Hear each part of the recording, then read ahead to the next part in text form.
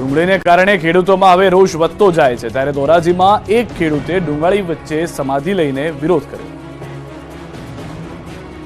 ગરીબોની કસ્તુરીએ ખેડૂતોને રાતા પાણીએ રડાવ્યા છે.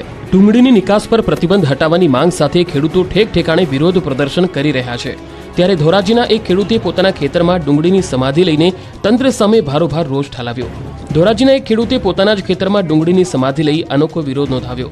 ધોરાજીના ખેડૂત આગેવાન જીતુભાઈ બગાસિયા પણ તેમના સમર્થનમાં જોડાયા છે. દ્રશ્યમાં જોઈ શકાય છે કે ખેડૂતે ડુંગળી વચ્ચે સમાધિ લઈને પ્રતિબંધ હટાવવાની અનોખી રીતે માંગ કરી. ખેડૂતોનું કહેવું છે કે સરકારે ડુંગળીની નિકાસ પર પ્રતિબંધ મૂકતા ડુંગળીના ભાવ તળિયે બેસી ગયા છે.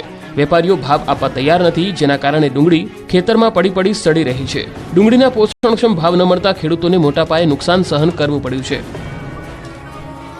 ડુંગળીની નિકાસબંધી થવાથી ડુંગળીના ભાવો ગગડી ગયા. રોજે રોજ ડુંગળીના ભાવો તળિયે જતા ખેડૂતોની હાલત કફોડી બની ગઈ. ડુંગળીની નિકાસ પર બંધી હોવાથી ડુંગળી પકવતા ખેડૂતો પાસેથી વેપારીઓ ઓછા ભાવે ડુંગળી માંગી રહ્યા છે. લેવાલી પણ તળિયે જતી રહી છે અને ડુંગળી ખેતરમાં પડી સડી રહી છે. ભાવ ન મળતા ડુંગળી ખેતરમાં જ રાખવા માટે ખેડૂતો મજબૂર બન્યા છે.